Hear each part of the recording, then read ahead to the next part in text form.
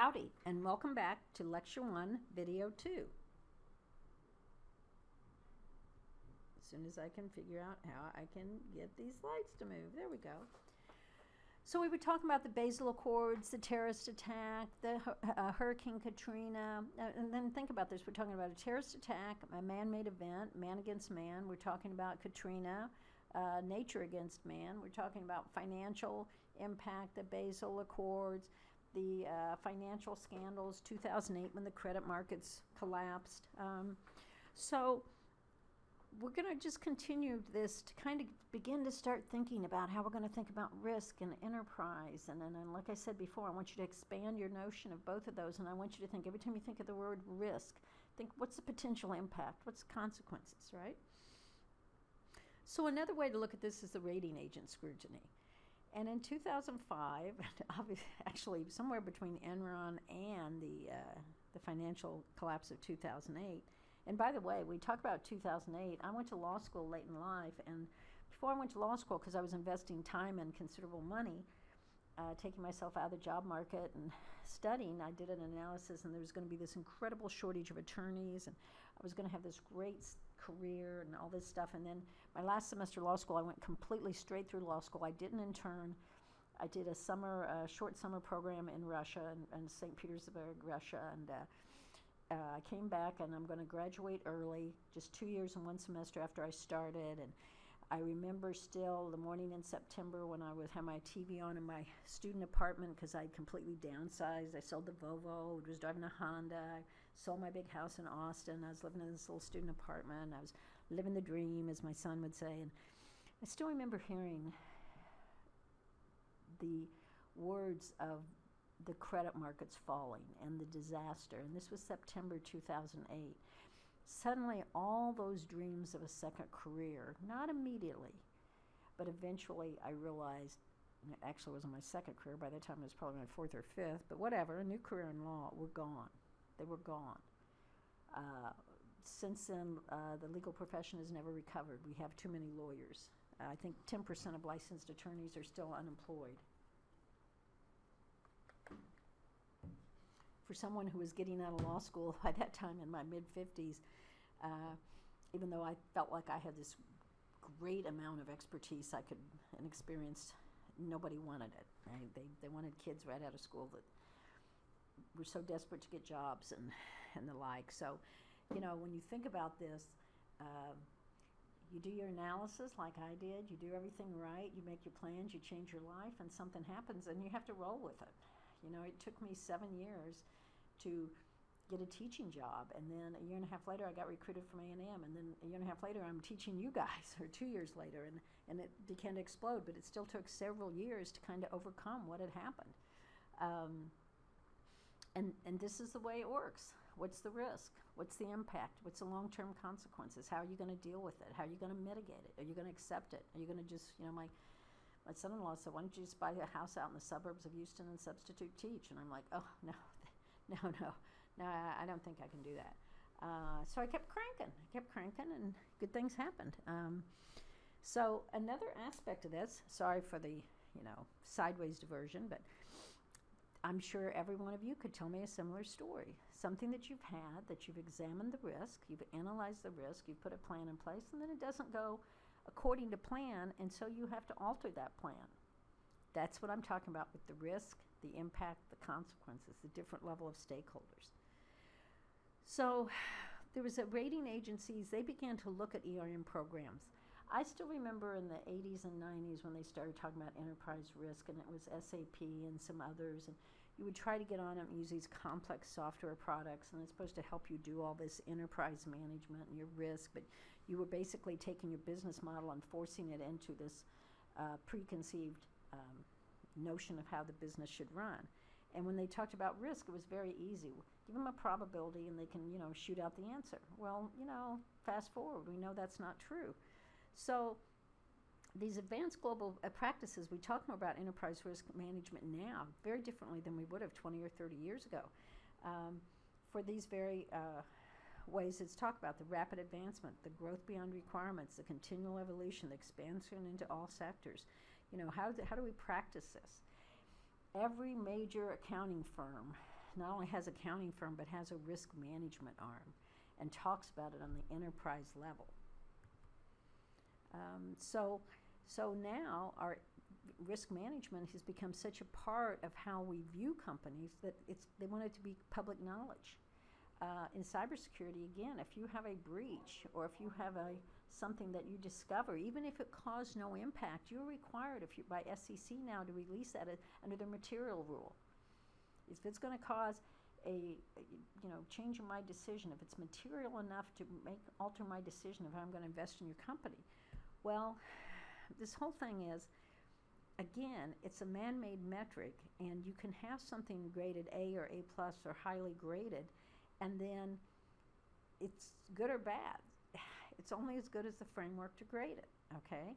So they use these EMRM standards now as their business model, their business development, their business strategy, I should say, their strategic planning, to give them a competitive edge. Hey, this is what I've done. And once they've gotten their desired rating, it keeps them compliant. But the compliance is only as good as the request and the requirements that they have to comply with. And something changes, and we're constantly having to upgrade how these ratings are done. There's plenty of companies and examples I could give you of something that was highly rated, Lehman Brothers, that went totally out of business in 2008. That was like the platinum insurance company. By the way, if you are interested, there's actually a play about the Lehman Brothers that they started out as cotton merchants, as Jewish immigrants from some Eastern European country. It's escaping me now. Cotton merchants in Alabama before they grew into this big insurance powerhouse of the Lehman Brothers. It was three brothers that came over, pre-Civil War Alabama. And it's an interesting play because at every step when something bad happened, they would figure out a way that was an opportunity to make money. But they actually just started out as cotton brokers. They actually started out as tailors who became cotton brokers, who became on and on and on. You have these programs, you have these grades, but they're a man-made kind of metric. And you expand this into other sectors using these agency requirements. Now let's go back to 2007. It's got this here as 2007.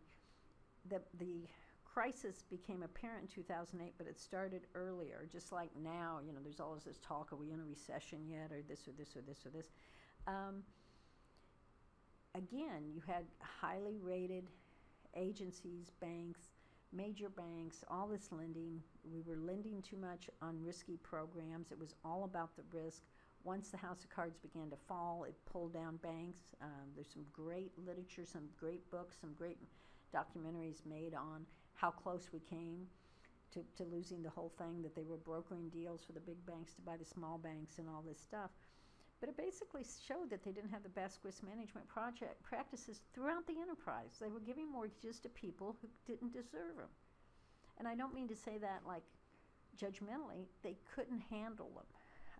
In the old days, when I got my first house, you had to have 20% down, you had to do this, and it took you 6 weeks to get approved. Then it was like, well, 20% down is a lot, so we'll move that down, Now you can get it with 3% down, but this or that. It wasn't fair to the people involved because they ended up losing their houses. They ended up losing their homes, or their homes became underwater because as more and more people bought, the price artificially came up. That was part of the mortgage, but we had the same thing in business loans. We had the same thing in car loans. I read something last week that said most middle-class people shouldn't have car loans, that they do because some of them go up to 6 years. And my way of thinking was, well, if they know the car is going to last, depending on what the car loan price is it wrong to say? Should they be able to pay cash? I lost my car 2 years ago in Harvey. I got a great deal because it was in the model. I think I got the last white Toyota Highlander SUV in all of Houston. And they sold it to me for only a couple of thousand more than what I had bought a used one for a few years before. And then they gave me 0% interest for 5 years. Shoot, I'm keeping that loan. I'm not paying any interest on it, right? Well, say the same best risk management practices. Are you making money? How's Toyota making money on that car? But it wasn't just the consumer level, it's the business level. So this crisis paved the way for our financial entities which runs this country, right? We're a capitalist country. We run on business and finance and investment and employment. So we needed a real world crisis to say, wait a minute, we have been looking in the rearview mirror trying to predict the future. So what is the worst case? What if 20% of our loan portfolio goes bad? What if this happens? And they began to strengthen our, as we always do, we strengthen our regulations for SEC and Dodd-Frank. Okay? And so SEC, if you are a publicly traded company, requires disclosure of risk governance and compensation programs and the quality of them. And as I said, this is a business opportunity because all the big four accounting firms now have risk managers. I will post a video when I find it of one of my cybersecurity students from the University of Houston a couple years back that now does risk assessments for Deloitte and talks about what he does. Now it's not purely, he's not doing financial, he's doing cybersecurity, but it's a very lucrative career. And then you also had legislation like Dodd-Frank, which basically put controls back into banks that had originally been there and been taken out with this whole idea that banking had changed and that excuse me, and the financial institutions could regulate themselves.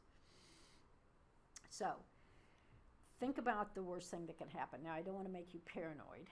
I will share with you a story that when I was at the University of Houston and taught a Foundations of Cybersecurity course, I taught 100 students each semester, 3 semesters. And one semester I had a young female come up to me after class and say, this class has scared me to where I'm dropping out of cybersecurity. It's made me paranoid. And I was like, well, that wasn't the whole, I didn't mean for you to, change your major. But look at what the risk is. What are the bad things that can happen? Just a little FYI, if we had a pandemic, one of the worst case scenarios is it would be centered in El Paso, Texas, because of the concentration on both sides of the border and how it could spread. I was a kid. I was the last of the polio generation. I had friends that had polio because the vaccines came out when we were young, and they had gotten polio when they were babies and toddlers. And we grew up that chickenpox, measles, mumps. She went through all that stuff.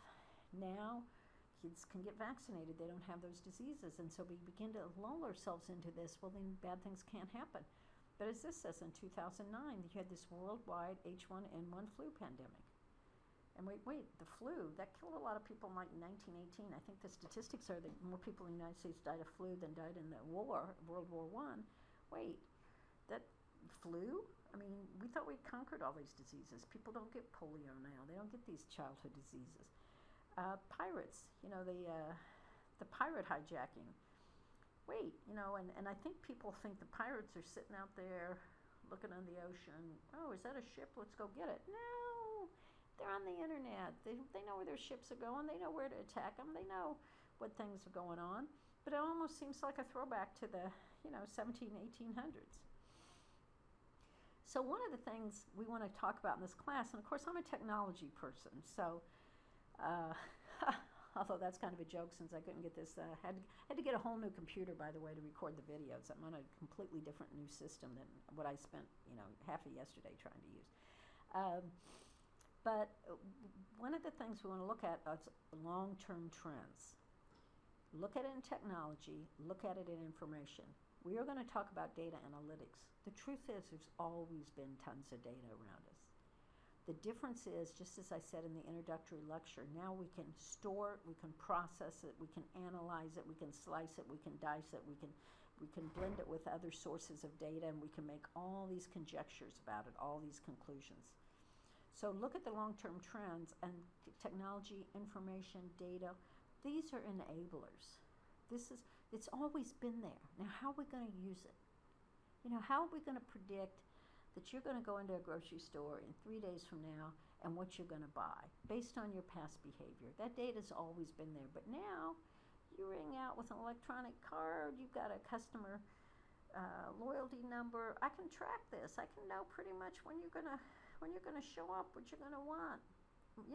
Make you some suggestions you didn't intend to buy. Okay? Those are the enablers.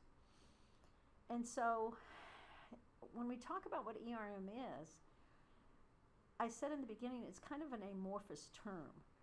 We want to manage the risk in an enterprise. We want to manage it by 3 key characteristics, which the rest of this semester we will decompose into other factors: strategic, financial, and operational risk. What is my strategy? Is my strategy going to keep me in the market? Is it going to make me profitable? You know, buggy whips. Nobody makes money making buggy whips anymore. Why? Because the automobile replaced it. Strategies 1, financial. Am I going to be able to cash flow? You know what they say, that for real estate agent or real estate, it's location, location, location. Well, I've started and had successes and had failures with a number of small businesses, and just like the real estate agent says, location, location, location, I always say it's cash flow, cash flow, cash flow. And then operational, can you make it happen? Do you have your procedures and processes in place? So those are the big 3, but under that is this vast network of risk factors that somehow contribute, somehow interdependent and all that. And that's what this course is about. So we don't know what the best practices are. Like I said, if you came to this class, thought you're going to hear, this is the way it is, this is what we have, give you a test at the end, you make it. Nope, nope, nope.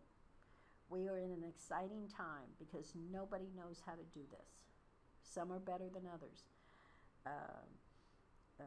J.P. Morgan Chase, Jamie Dimon, I believe is his last name. Great, it seems like, at understanding where the world's going to go before anybody else, right? Look at GE when we had Jack Welch as CEO, arguably one of the best CEOs ever. And now the company's completely crumbled and fallen apart. The child that was started by Edison. There's no good consensus in this, but this is going to be very interesting to discuss. I'm looking forward to some of the insights that you all give me, because we're going to talk about definitions and how we see it, but do not expect this is going to be a black or white, yes or no, right or wrong exercise. And with that, I'm going to end